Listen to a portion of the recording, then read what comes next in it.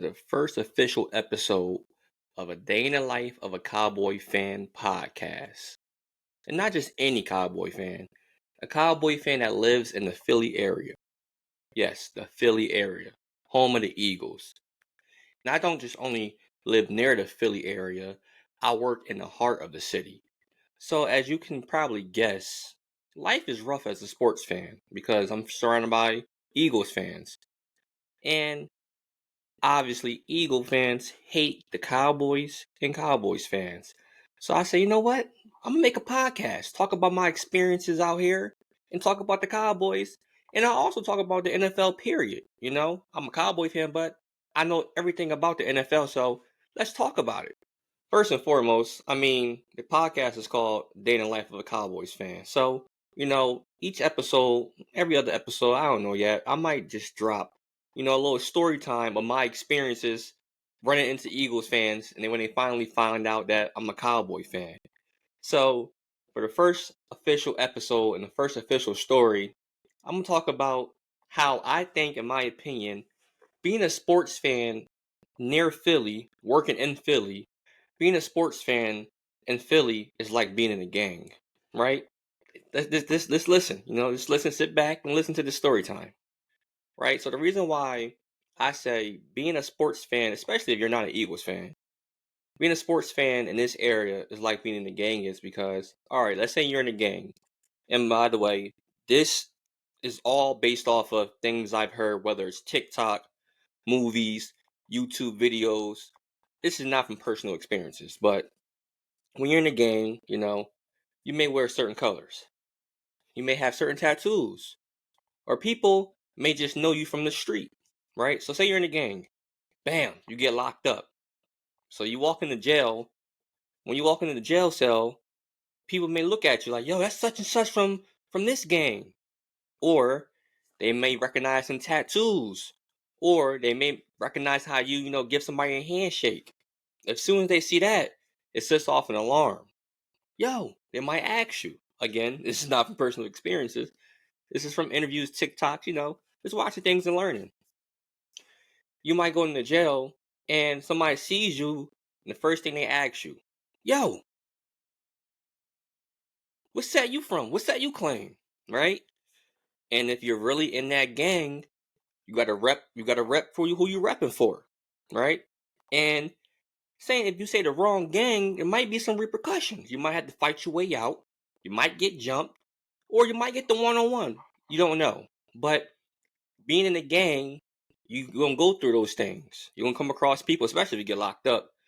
You're gonna run into some certain people. They're gonna check you at the door. Who you or who you rep.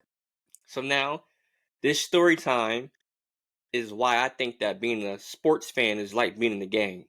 Right? So, bam, I get this new job in Philly. Obviously, I say I work in the heart of Philly. Get this new job in Philly, right? Me and two other guys. Now, of the two guys, one is minding his own business. I'm just really talking to this one guy because I introduced myself. Hey, what's up? My name Eric, blah, blah, blah. He's like, yeah, oh, that's what's up. Yo, oh, you like sports? Oh, you play college football? Word. First thing he says to me, go Birds. Yo, we looking good. We might get to the Super Bowl this is last year. We might go to the Super Bowl. We looking good. Go Birds. Ah. And I'm thinking to myself like, go Birds. Mind you, he don't know me. I'm thinking to myself like, go Birds. Nah, I ain't. Man, I ain't no Eagle fan talking about some Go Birds. But how I, come across people, especially in Philly while I'm at work, I don't let them know off the rip that I'm a Cowboy fan. Because, being a Cowboy fan out here, you're going to get heckled. You're going to get some jokes. You know what I'm saying? If you come across a real diehard Eagles fans, they going to get disrespectful. And the type of person I am, I ain't having it. Right? Especially if it's somebody I don't know. Like, these are new coworkers. I don't know these guys. This is just, that's the old head from the job. I don't know him yet. So, when people ask me, yo, go Birds, and I'm not really a fan, but I don't tell them off the rip I'm a Cowboy fan because I'm not good at taking jokes.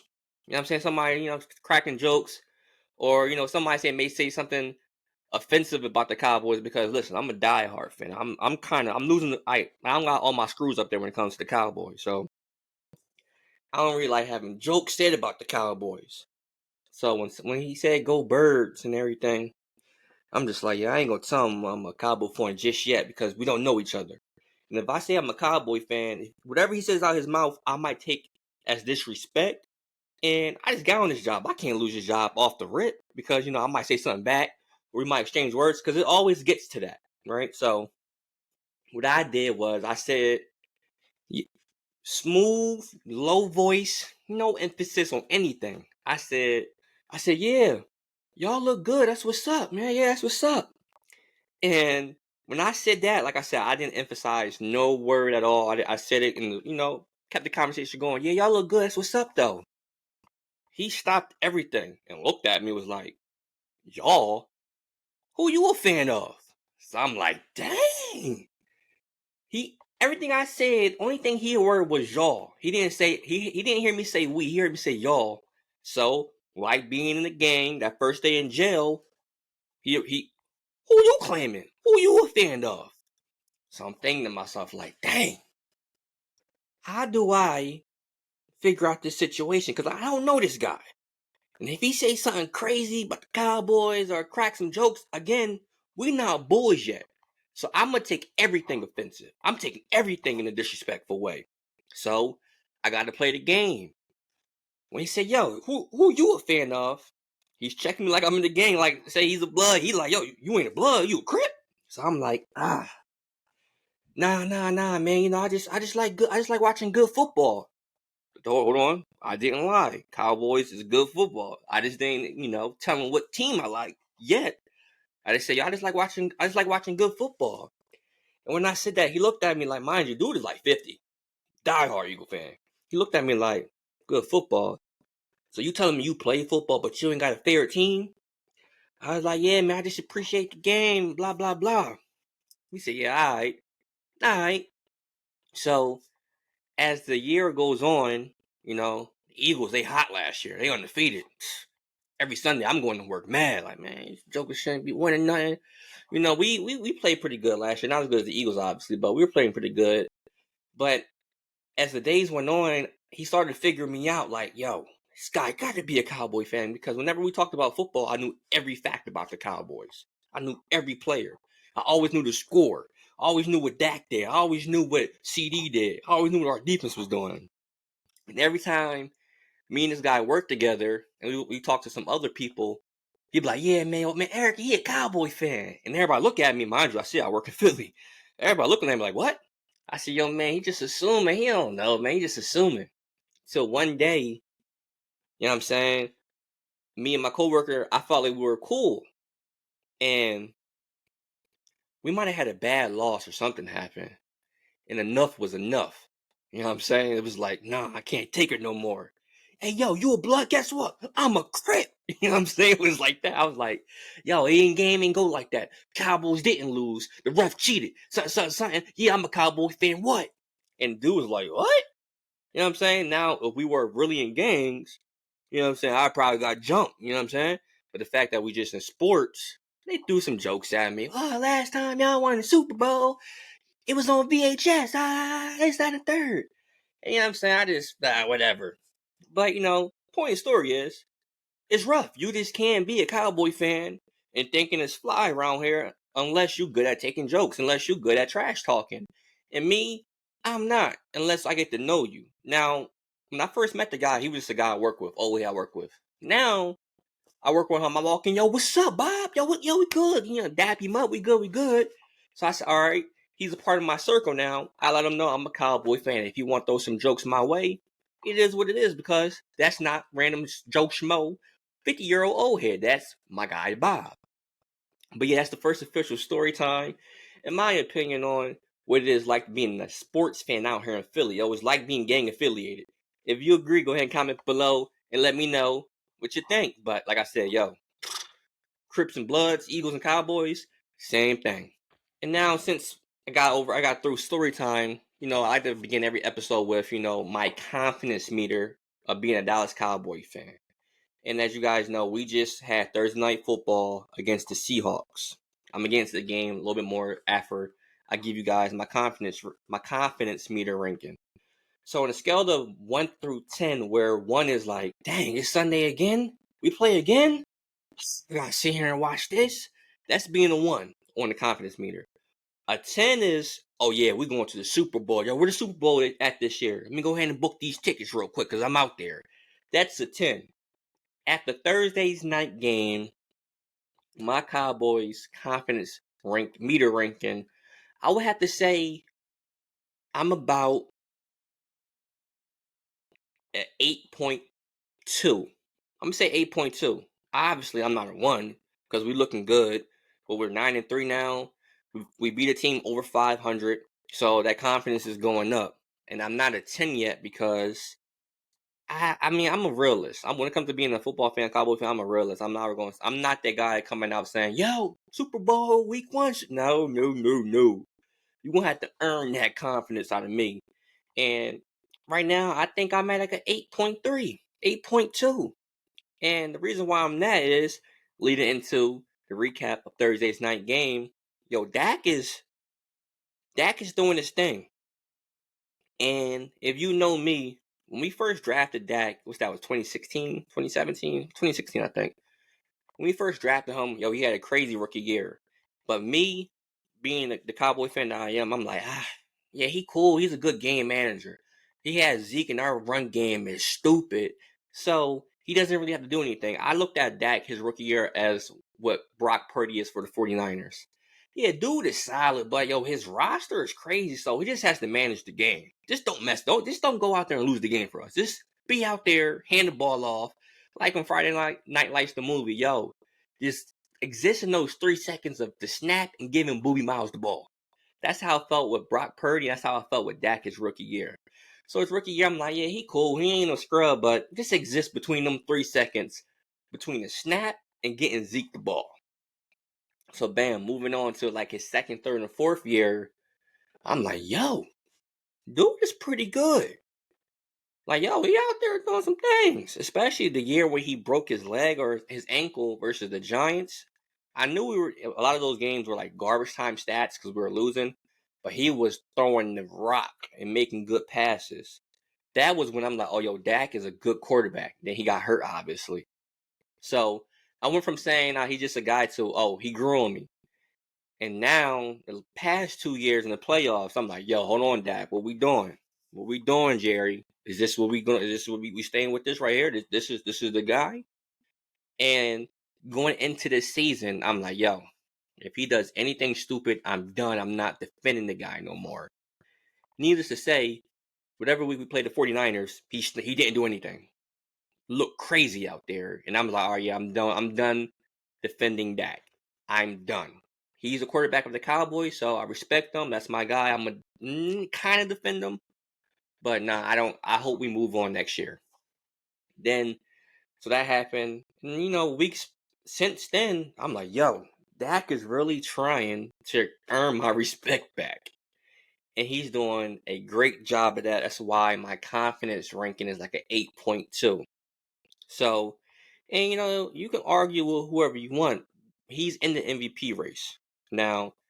People say that Jalen Hurts is number 1, as Dak is number 2. I think Dak is having a better year. I don't know if that's me being biased or that's me telling the truth, because Eagles don't look as scary as they did last year. And Jalen Hurts, he's been playing good, but I just don't think he's having that same season as Dak is having. Like, not even close, but to each his own. Comment below your thoughts. Do you think who's having a better season? Do you think it's Dak or do you think it's Jalen Hurts? But going back to Thursday's night game, Dak went crazy, right? CD Lamb went crazy. I said on my YouTube channel, and before the season, CD Lamb is going to show everybody why he's a top 3 wide receiver in the NFL this year. And to make a long story short is he never had a full season with Dak. You can look it up, Google it. Go ahead, do your thing. He never had a full season with Dak. And every year he's been at 1,000 yards, close to it, or surpassed it. Let's go through it real quick. Rookie year, he played with like 5 different quarterbacks. That's when Dak broke his ankle. He had like 900 yards, almost 1,000. Second year, he had like 1,100. Third year, he had 1,300s. Still has not played with Dak for a full season. I said if Dak can stay healthy, CD will go for about 15, 16, maybe 1,700 yards and solidify himself as a top 3 receiver. And then so far, he doesn't have 16, 1,700 yards yet, but he's going to get there, and he's been solid. He's been great. He's been a top 2 wide receiver. I said top 3. The man's been top 2. So Dak looked good Thursday night. CD looked good. TP, I think he's getting the bag. That's more based on the offensive line. The offensive line has been playing really good. So TP had a solid game. And then moving on to the defense. Listen, defensive line still doing their thing. You know, Michael Parsons gets held every single play. Every play. Not 8 out of 10 plays. 10 out of 10 plays, he's getting held. He still makes it happen. DeMarcus Lawrence, I'm so happy that we have him on our team because he won that game for us. He got the stop on 4th down. If you don't remember, go back and watch it. DeMarcus Lawrence won that game for us. He's good. Our defensive tackles are big and nasty. Hankins, Osa. I'm really happy with our defensive line. Moving on to the linebackers, they play well. I'm a real big Damone Clark fan, and I'm a real big Marquise Bell fan. Shout out to Bell. He's from Jersey. Moved from safety to linebacker, 6'3". He's only about 220, so he has to beef up, but he was a safety. We moved him to linebacker, and his instincts are crazy. His covering skills are obviously crazy because he's normally a safety, so he's used to covering. Covering at the linebacker position should be easy for him, right? So those two guys are holding it down. LVE is obviously hurt. Happy with the linebackers. Now, secondary, last year our safety room was really good. This year, I think they're still good. Curse, he's on a bubble with me right now. He's a great leader, but I don't think he's having as good of a season as I was hoping. But he's still solid. You got Donovan Wilson. You got Hooker back there. You got the young guys and Wanye Thomas. Safety room, I'm solid with them. They had a good game as well. Now moving on to the corners, right? So I play corner, so I hold our corners to a high standard. And everybody is talking about Daron Bland, myself included. After Thursday's night game, playing corner is hard. Let's get that out of the way. Playing corner is hard. And they was attacking Bland, straight up. Like, they was attacking Bland. And he responded with that pick in the second half. He could have had 2. But he responded with that pick. But, he was out there getting burnt up. Barbecue chicken. Straight like that. There's no, like I said, I'm a realist when it comes to Dallas Cowboys. They was out there attacking them, and they was treating them. Over 100 yards on Bland. Now, let's be honest. DK Metcalf is a good wide receiver. Tall, fast, strong, can run routes. That's a hard cover, right? But if we're saying that, Bland should be in the race higher than what he is for Defense Player of the Year, you can't be out there getting cooked like that, straight up. Now, Bland, second-year player, had a good rookie year, having a phenomenal second season, but I don't want to be that guy to put too much dip on his chip, right? Because if you're the guy that we're explaining to all these other fan bases, what happened in that first half Thursday night can't happen. Like, he was out there getting fried up. Straight up. I can't lie. I won't lie. Is he a good player? For sure. But should he be Defensive Player of the Year? I thought he did until that first half. So now I'm like, yeah, I'm cool off on that. He's either going to be Myles Garrett or Micah Parsons. But Bland, he will be a household name. But to be honest with you, when everybody's healthy, I think he's still our third best corner. I know he has 8 picks, but when it comes to covering man to man, I think I still gotta put him third. When it comes to route recognition, he might be second. You know what I'm saying? His route recognition, that pick, it was a deep out. That man stayed there, looked at his receivers like, come on. Then he started shuffling to the outside because he knew he was going to run deep out. As soon as the receiver ran that out, he jumped it, interception. Crazy. His route recognition is outstanding. But if all the Dallas Cowboys corners are healthy, my rankings will have to be, obviously between 1 and 2 is between Gilmore and Diggs, right? Now, I feel more confident with Gilmore, playing man-to-man and staying fundamental and not losing his eyes, Like, I feel way more confident. Like, yo, Gil, go out there and stick him and stay with him. Gil is going to do that. The only thing that's taken from Gilmore is the age, because he's not as fast as he once was. Like, sometimes when he's out there running, it could look like he definitely lost a step. And that kind of gets me nervous. But again, he's so fundamentally sound. Is like, how can you not say he's the best corner? Trayvon Diggs, crazy athlete, route recognition out this world because he's a former wide receiver. Ball skills out this world. The only problem with Diggs is sometimes he gets greedy and he has bad eyes, right? And I feel like, in my personal opinion, that's enough to put him as the second corner instead of the first for the Dallas Cowboys, because you have to have great eyes. As soon as if you don't have great eyes, you're getting hit with double moves, which Diggs get hits with a lot. And we can't win a Super Bowl. You can't get hit with double moves. You can't give up them big plays. And Stephon Gilmore is not giving up those big plays because his eyes are always good. The only time he gets hit up with a big play is when that age kicks in and he don't got that second gear anymore. But if I had to rank the Cowboys corner, and then you have the young Bland who is having crazy season.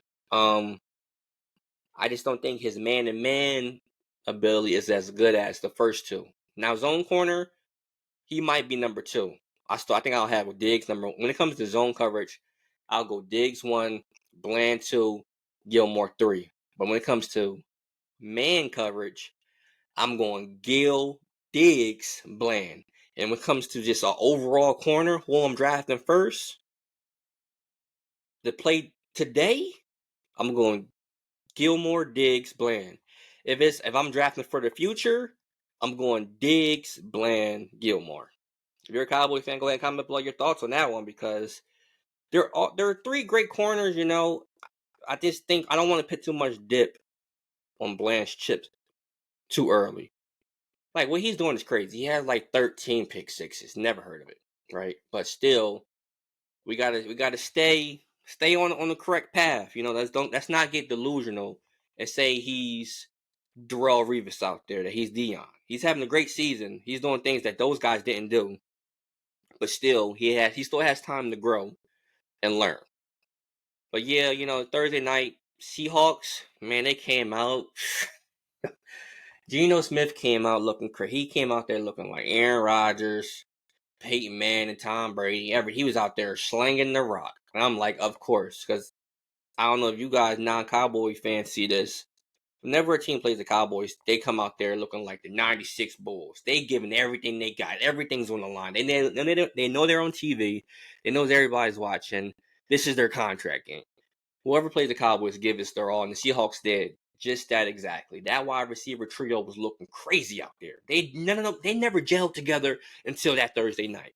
Geno Smith was not throwing a rock like that until Thursday night, right? So I'm like, this is going to be a long game, right? Halftime, it was 21-20.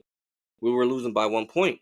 The Seahawks was getting the rock. So I'm like, yo, how we respond in the first drive is we going to win or not? Straight like that. Because I don't think nobody punted. And if Geno Smith comes out like he did in the first half and that first drive in the second half, it might get dark. And I think they did score. I think it was 28-20. And I'm just sitting there like, dang, I might have to call out tomorrow.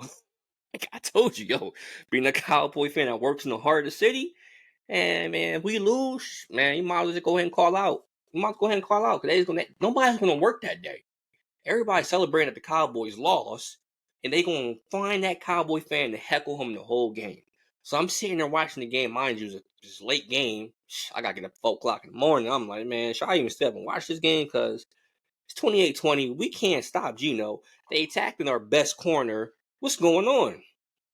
And so I'm just watching. I'm sweating, man. Dak Prescott, Jake Ferguson, CeeDee Lamb, DeMarcus Lawrence, Micah Parsons, and Mike McCarthy. Those 6 guys won us that Thursday night game. They did. I don't want to hear it. They won us that game. So, I'm happy it's over. I'm happy we prevailed. We got that win over a 500 team. And I can chill this Sunday. It's all good. And speaking of this Sunday, let's go ahead and get into my Dallas Cowboy fans NFL predictions, game by game predictions, who I think will win each game, right? So obviously Thursday night is over. We beat Seattle. I had us beat Seattle. I thought we was gonna win by more than 6 points, but it is what it is. So in order, starting with the 1 o'clock games, Colts at Tennessee. I'm going Colts. Chargers at New England. I'm going Chargers, even though they've been looking crazy this year. I thought Chargers could potentially get in the conference championship this year, but that ain't happening. But I got the Chargers over New England. Detroit at Saints. Now everybody is saying Detroit can go to the Super Bowl. I'm like, what Super Bowl y'all talking about? Detroit is definitely nasty. They're good. I'm just not scared or nervous like I am when it comes to the 49ers and Eagles. With that being said, still take the Lions. They're going to beat the Saints. Atlanta at New York. I would have to go with, New York, that quarterback situation is crazy. I'm going to go Atlanta.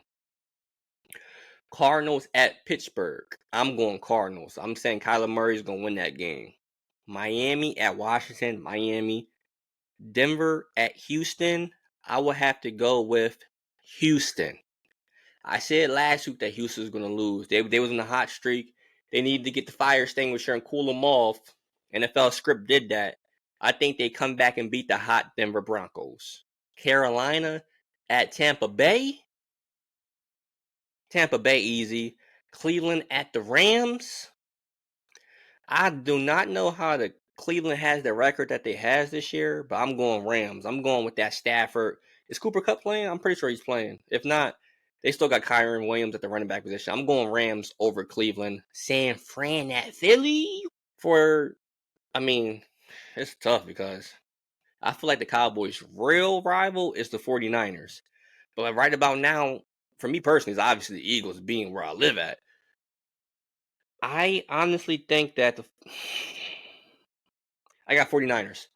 I think 49ers wins that game in the rematch. Kansas City at Green Bay. I'm going Chiefs. And then for the Monday night game, it's Cincinnati at Jaguars. I'm going Jaguars. Easily. Go ahead and use those picks for the money line. Go ahead and comment below and go ahead and throw your boy a couple dollars. It is what it is. And that's going to do it for the first ever episode of A Day in the Life of a Cowboy Fan that lives near Eagles country. If you like this kind of content, go ahead and subscribe to the channel, throw a like, and comment below your game picks for this week, your thoughts on the Thursday night game for our boys playing against the Seahawks and the outcome. And subscribe to the podcast on Apple Podcasts and Spotify. But again, thank you for listening. If you made it this far, like I said, go ahead and drop a like and subscribe. And see you guys next time.